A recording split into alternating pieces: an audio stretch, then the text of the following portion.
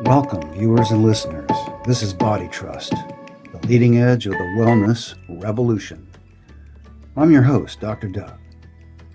30 years of clinical and teaching experience have convinced me that the human body is genius and knows precisely how to get lean, clean, and calm. BodyTrust will teach you to believe in your own self. And in the process, you'll find your waistline shrinking without diets or exercises or supplements.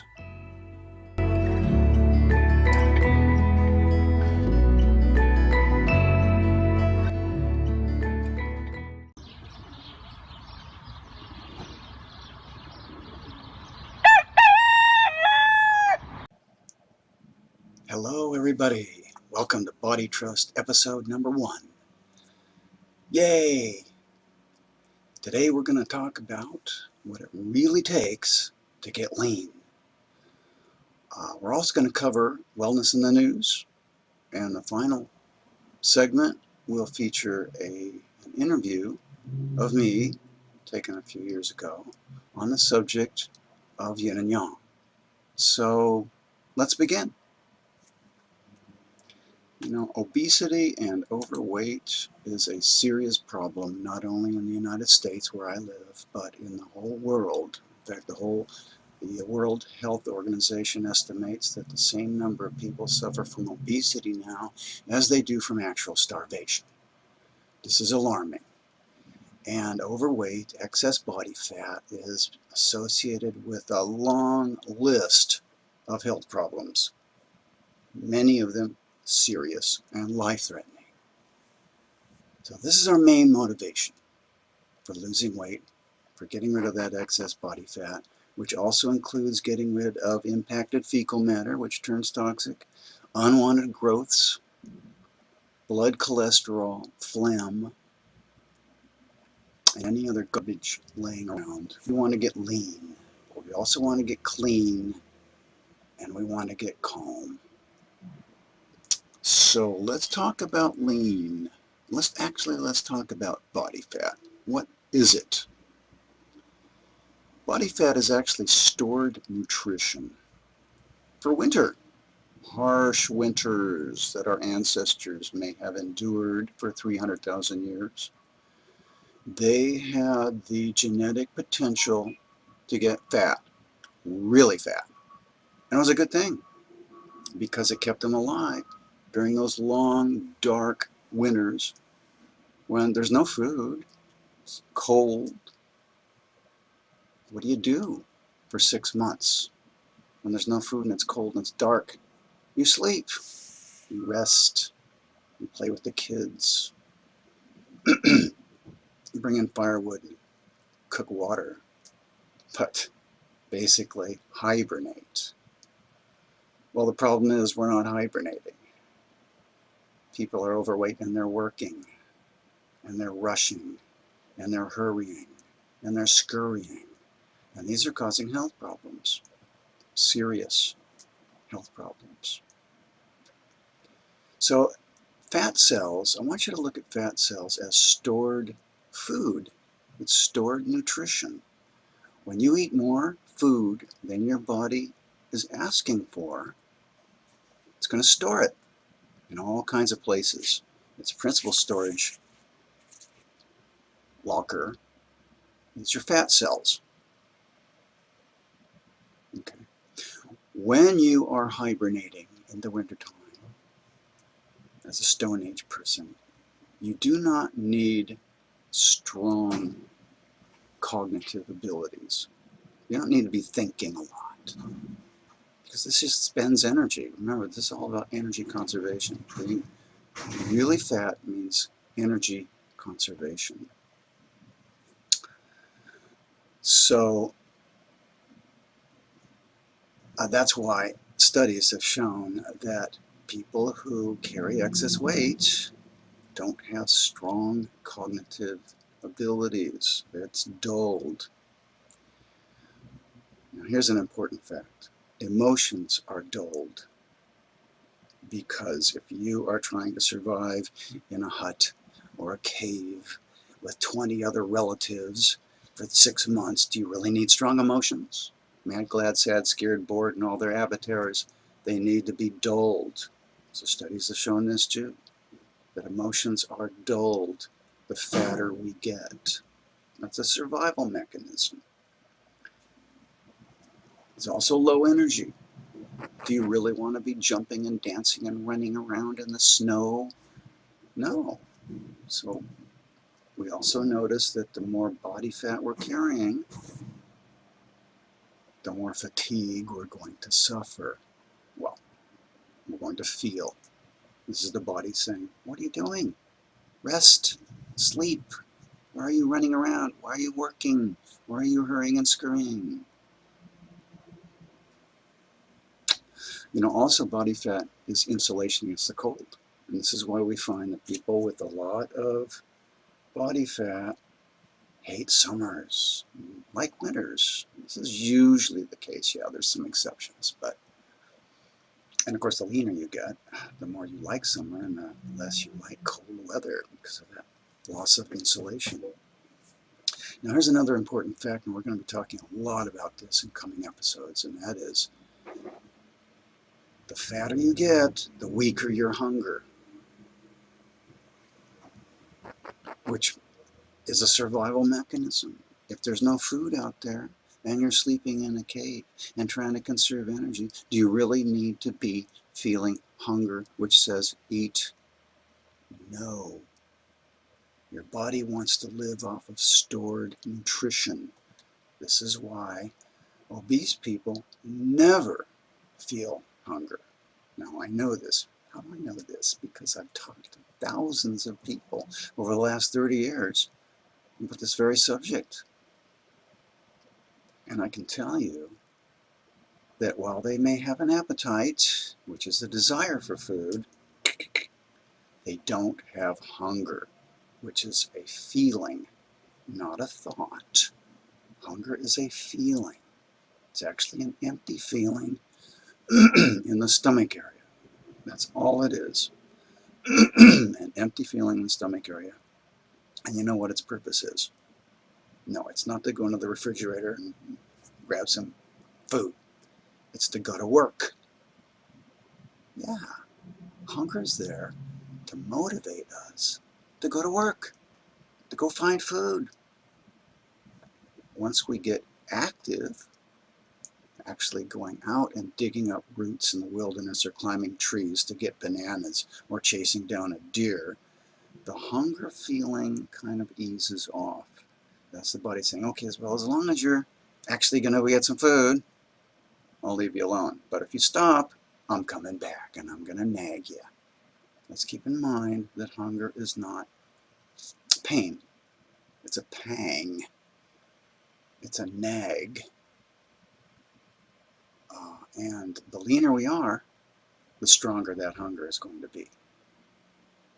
Which is kind of a problem if you're eating to prevent hunger. I remember so long ago it was trainers, or I don't know, people saying, well, once you're hungry, it's too late. What kind of sense does that make? That is so unnatural. They used to say, well, once you're thirsty, it's too late. This is also ridiculous. Totally ridiculous. I mean, that's just second-guessing your body. That's all that is. So, remember that hunger is there to help you, not hurt you. And that it's also a reminder, if you ever feel it, even if it's just a slight feeling of emptiness in the stomach area, it's a reminder that your fat cells are shrinking. Yay! We want those fat cells to shrink. And we want all that other garbage gone, used up by the body for fuel, nutrition.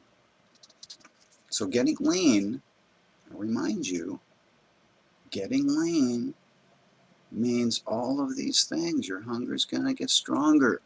So you have to make friends with it. It's a gradual process. We're going to talk a lot about this in future episodes. Your emotions are going to be vivid. If you're feeling angry now and you get lean, you're going to be really angry. If you're sad now and you get lean, you're going to be really sad, fearful. All these uncomfortable emotions that people use food and fat cells to sedate, which is another long topic. I think we'll talk about that next time. You have to prepare this organ here to get lean. That's what BodyTrust does. We will prepare you to get lean. Your thinking will be sharper. Of course, you have to figure out where that deer went. You have to figure out where to go to dig up the best roots and all that good stuff. Your energy will be high. The leaner you get, the higher it's going to be. So if you're attention deficit disorder now, you're going to be climbing the walls, I'm telling you. You get lean, you're going to be climbing the walls. And this is why diets don't work. Because people aren't prepared to be lean. And they just, I got to do it myself. I remember when I lost 40 pounds. I could hardly sleep. I was sleeping about 5 hours a night. I was racing around, running around. I had to calm that down. See, what we need in place of yin food is healthy yin. We'll talk about yin and yang. Now, stay tuned for my interview. You'll find out all about yin and yang and how useful it is in this whole concept of body trust and health in general. Aversion to cold, of course. The leaner you get, the more you are ready for summer. Yay! We all want to come out of winter into spring and into summer, where we can really be fully active. That's what we're going to do. All right, well, I think that's enough for now. I'd like you to stay tuned for the next segment, Wellness in the News.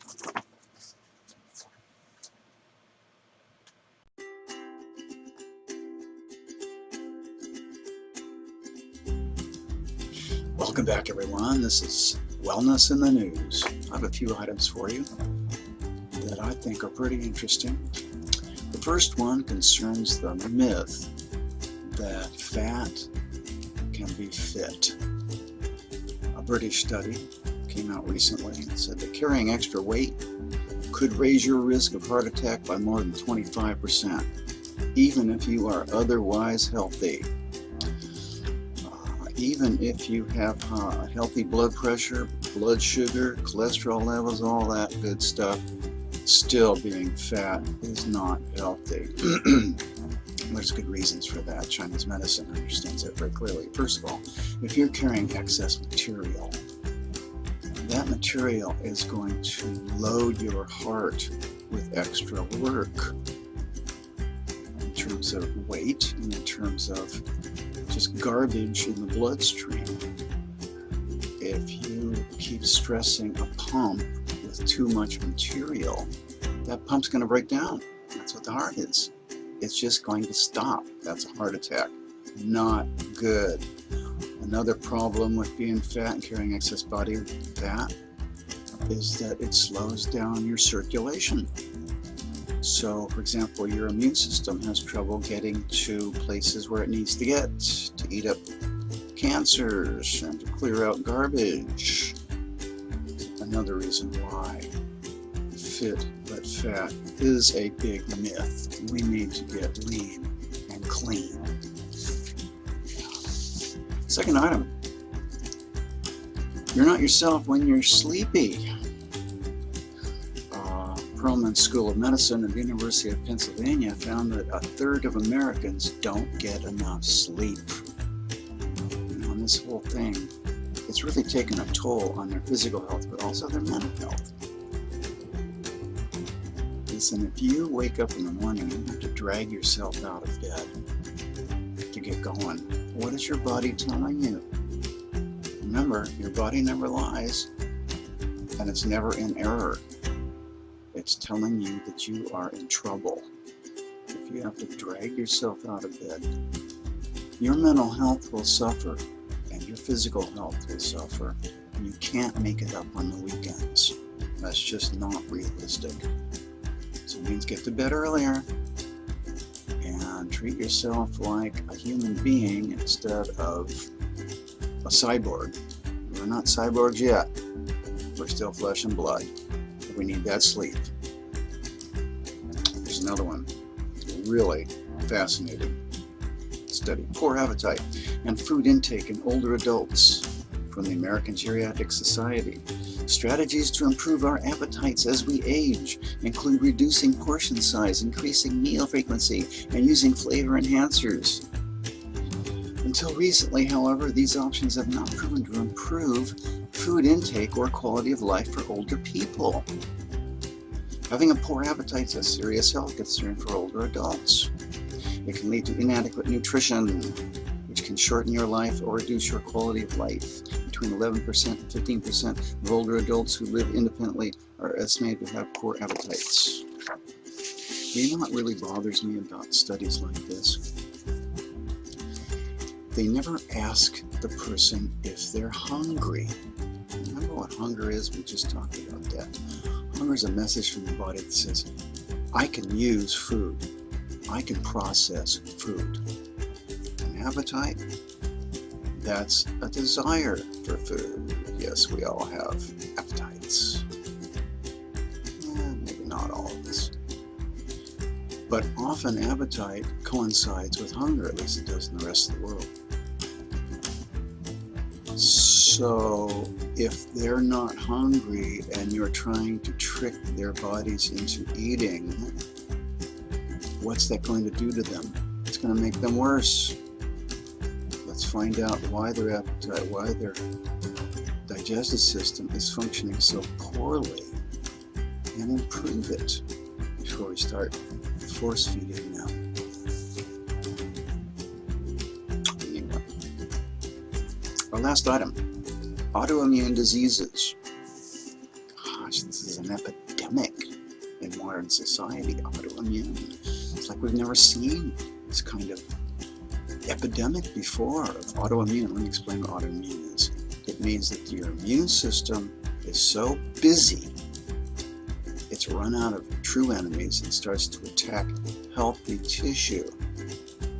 There's a long list of problems associated with autoimmune. It's getting longer every day. Lupus and rheumatoid arthritis and colitis and inflammatory bowel disease and ulcerative colitis. Oh, I said that. Crohn's disease. I mean, it just goes on and on and on and on. Well, what's going on? Why? What's happening? I'll tell you what. In the late 70s, early 80s, the speed up of the workforce began, which meant that you had to be productive and you had to be busy all the time. Busy. All busyness became next to godliness. And if you weren't busy all the time, well, there was something wrong with you, and this is just increasing this ethos of always keeping busy. I'll tell you something. I am not always busy. I don't like being busy all the time. I like being busy during the day. But at night, because that's yang time, at night, that's yin time, I like to relax. I like to goof off. I like to have fun. I like to do nothing. I like to sit and do nothing for 20 minutes, at least every day. Just let all of that heat dissipate, because that's what it is. Extreme busyness means friction, movement, friction. That friction creates heat, and that heat starts burning tissues, starts burning healthy tissues in you. Well, according to the laws of yin and yang, 12 hours of yang and 12 hours of yin, we all need to be healthy. So let's stop being busy all the time and start relaxing in the night. Well, I think that's all the news that we have time for today. I want you to stay tuned for the interview. It'll be of me talking about yin and yang. my favorite subjects.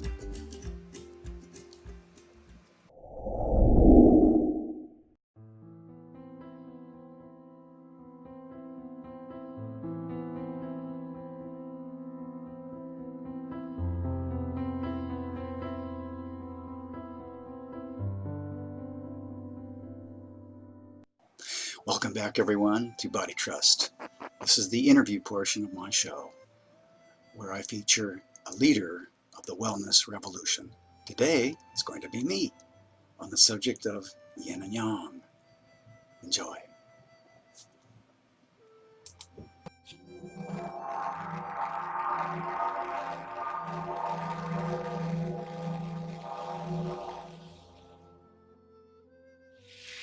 Welcome to American Dragon Presents Chinese Medicine in America. My name is Joel Penner. And I'm E. Douglas Kine. We're both doctors of Oriental medicine and California licensed acupuncturists.